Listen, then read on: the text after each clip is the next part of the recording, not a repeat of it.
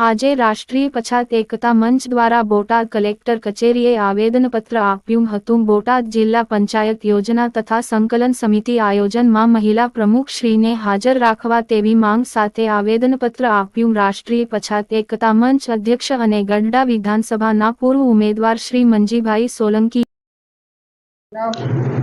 મારું નામ મંજીભાઈ સોલંકી, રાષ્ટ્રીય પછાત એકતા મંચ અધ્યક્ષ અને ગઢડા વિધાનસભા એનસીપી પૂર્વ ઉમેદવાર।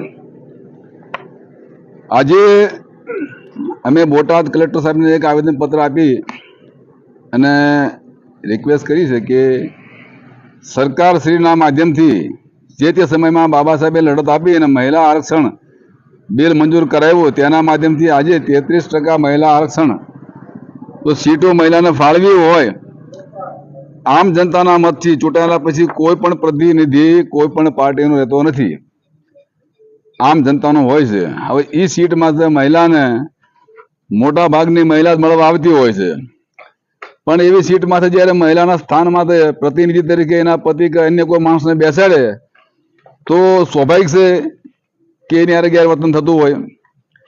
એટલે આવું ન થાય। જે કાંઈ સમયગાળો બાકી રહ્યો હોય, આની પહેલા જે કાંઈ થયું હોય તે મહિલા સીટ છે તો મહિલાની સીટમાં મહિલા બેસવા જોઈએ। મહિલાઓને બોટાદ જિલ્લાના પત્રકારોને બોલાવી અને પત્રકાર પરિષદ આયોજન કરી અને એના દુઃખને સાંભળવા જોઈએ કે ભાઈ હું મહિલાના નાતે કે ભારતના સંવિધાન મુતાબિક તમને આટલી આટલી જોગવાઈ મળેલી છે અને હું જિલ્લાના પ્રમુખ તરીકે બેઠી જ આપણી વાતને સાંભળવા માટે। એટલે સરકાર શ્રી પાસે અમારી એક રિક્વેસ્ટ છે કે એમની સીટમાંથી એમને જ બેસે અને એમને એમનો પૂરો હક મળવો જોઈએ। અન્યથા આવનારા સમયમાં અમે અમારા સંગઠનના પાર્ટીના માધ્યમથી એક જલદ આંદોલન આપશું। જય ભીમ, જય ભારત, જય સંવિધાન।